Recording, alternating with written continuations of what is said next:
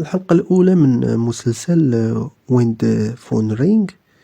حين يرن الهاتف بدأت مع المتحدث الرسمي للرئاسة سايون، اللي خلى الناس كاملة منبهرة به. ملي وصل لواحد الحفلة مرتو هيجو لحقات عليه من بعد، والناس اللي حاضرين بقاو مبهورين بالزوجين الجداد. هيجو كانت باينة متوترة، ولكن سايون طمأنها وقال لها بلي الناس مهتمين غير به هو، يعني خاصها تبقى هادئة وما تخلي والو يوقع. طلعوا بجوج في واحد دروج، والعيون ديال الناس والكاميرات تليفونات متبعينهم. المشهد كيمشي لهيجو في خدمتها كمترجمة ديال لغة الإشارة في واحد القناة ديال الأخبار. وقع واحد المشكل صغير في البث في واحد اللحظة حساسة، ولكن هي ما رداتش البال وبقات خدامة عادي. من بعد دار بث مباشر من القصر الرئاسي وقطع البرنامج ديال الأخبار. من بعد هيجو قالوا ليها تمشي بحالها، وعطاوها كونجي بعد تلك الحركة اللي دارتها عن غير قصد. في البث المباشر سايون كان كيهضر على واحد الاختطاف داروا شي جماعة ديال التبنطيخ طالبين انسحاب جنود الكوريين الجنوبيين ودفع الفدية، ولا غادي يبداو يساليو مع الرهائن اذا ما تنفذش المطالب ديالهم. سايون كيعلن على موقف الحكومة من مطالب الخاطفين، وكيقول بلي الحكومة ما بغياش تفاوض معاهم. الحكومة كتشوف داكشي اللي داروا الخاطفين عمل غير انساني وما يمكنش يتسكت عليه. اذا الحكومة ما غاديش تتنازل، ولكن غادي تستعمل جميع الوسائل المتاحة باش تنقذ الرهائن. هيجو اللي كانت وقفات كتفرج في البث قبل ما تمشي من القناة ما عجباش الحال من الاعلان ديال سايون، ودارت ليه حركة بيديها ومشات. في الاخير ديال الخطاب ديالو سايون كيعلن على منع مؤقت للاعلام من نشر اي اخبار على هذه القضية. في واحد البلاصة اخرى هيجو كانت في اجتماع مع الام ديالها والحمات ديالها اللي هي ام راجلها. الحمات ديالها قالت ليها بنبرة حادة تخلي الخدمة ديالها وتركز على مساعدة راجلها في الانتخابات الرئاسية اللي قربت. حماتها جابت ليها الهضرة على المشكل اللي عندها في الكلام، وسولات واش ناوية تعالج هذا المشكل، ولكن بدلات رأيها وقالت ليها الأحسن ليها تبقى ساكتة.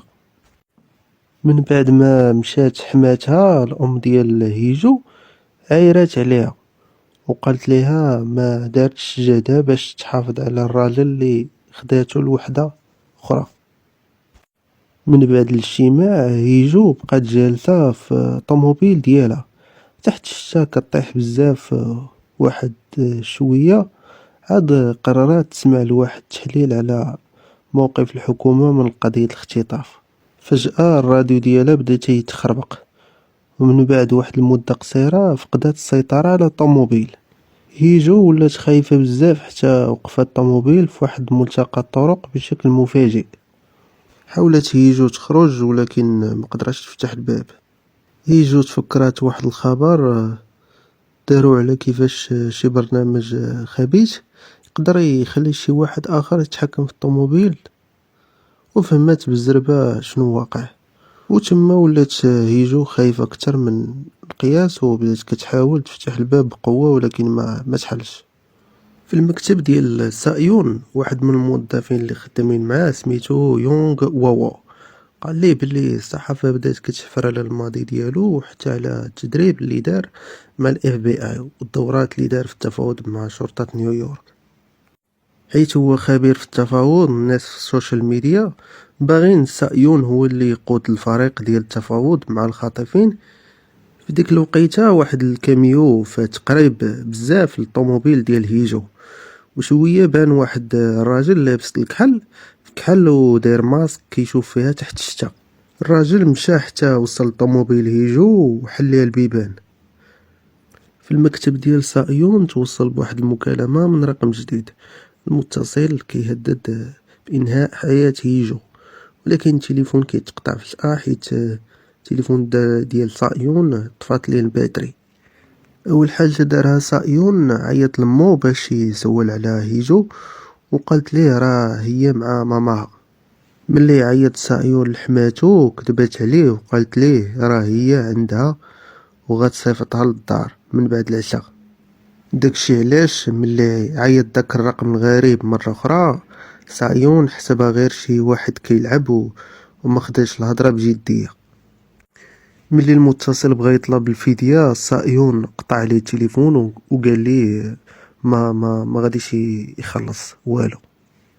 في الطوموبيل اللي عيط بدا يتعصب وبدا كيخنق هيجو. من بعد حبس وقال ليها باللي الحاجه الوحيده اللي تقدر تنقذها هي الا كان سايون كيهتم بها بصح. مره اخرى المتصل عيط لسايون وجاوبو سايون قال ليه يعاود يعيط ملي تكون شي جوجة. سايون تعيط ليه باش يحضر لواحد الاجتماع مهم ومشى وخلى التليفون في البيرو ديالو. داكشي علاش المكالمات اللي جاو من بعد ما جاوبش عليهم. هيجو تعصبات وحاولت تخرج الطوموبيل على الطريق والراديو ديال الطوموبيل رجع خدام وكيعلن باللي المفاوضات مع الخطيبين نجحات والرهائن تطلقوا. المشهد كيمشي لسايون وهو صايق بحال شي مهبول وكيطلب من هيوكجين يعاونو باش يعرف منين جا داك الرقم. وقال ليه وخا كيحسب ليه غير شي نصاب ولكن عنده احساس خايب حيت اللي عيط وصل حتى لاستعمال رقم من خارج وواحد الجهاز كيغير الصوت. سايون رجع للدار بالزربه ومرتاح حتى شاف هيجو في الكوزينه وقال ليها على داك التليفون الغريب اللي جاه.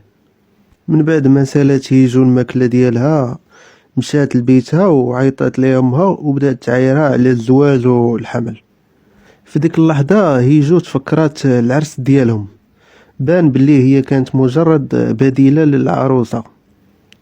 العرس كان بين سايون وشي وحده اخرى ولكن اللي كانت لابسه الكسوه ديال العرس هي هيجو. سايون عطاها واحد العقد فيه 3 ديال الشروط اللي خاصها تتبعها. هيجو ما خصهاش تطلب الطلاق نهائيا وخصوصا في الفتره ديال الانتخابات وما خصهاش تقول لاي واحد باللي هي مراته. الا خالفت هاد الشروط خاصها تخلص 2 المليار ووان كغرامه. في الحفله هيجو كانت مع سايون كمترجمه ديال لغه الاشاره. مرات السفير حسبات باللي هيجو مرات سايون ولكن هي نفات هاد الشيء.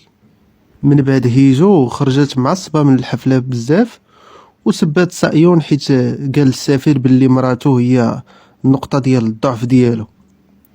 من بعد ما مشات هيجو سايون جا تليفون من نفس الرقم وهاد المره خاف بزاف حيت اللي كعيط كان حتى هو في الحفله وعارف معلومات شخصيه عليه. اللي كيعيط هدد بانهاء حياه مراته ماشي البديله هيجو ولكن الحب الحقيقي ديالو هونغ ان هونغ ان هي الاخت ديال هيجو والخطيبه الاصليه اللي هربت نهار عرسها مع سايون. باش تبقى العلاقه السياسيه بين العائلتين مزيانه هيجو تزوجات بسايون غير كراهينه يعني داروها كضمانه. في واحد المنعطف غير متوقع كنكتشفوا ان المتصل هو هيجو نفسها. سايون تخلع بزاف وبدا كيهضر بالخلعه وكيطلب يعرف شنو بغى المتصل. اللي عيط طلب من سايون يخليه هيجو ويرجع لمراته الحقيقيه حيت ما محتاجش هيجو. من بعد المكالمه هيجو تفكرات فاش قال سايون للخاطف انه يسالي مع الحياه ديالها. ملي دارت الحادثه بالطوموبيل تبين انها خدات التليفون ديال الخاطف وهربات من تما. وفي هذه الحاله فالمتصل الغريب هنا هي هيجو. نرجعوا للمكالمه المود ديال سايون تبدل فجاه من التوسل للتهديد. هيجو عطاتو حتى الغدا باش ياخذ القرار. هيجو اللي هي المتصل الغريب هنا قالت لسايون بطريقه ساخره شنو وقع لهيجو ملي تخطفت النهار اللي فات. في التالي ديال الحلقه سايون تعصب بزاف من بعد ما سمع شنو داز على هيجو وقرر انه غادي يشد داك اللي كان كيعيط.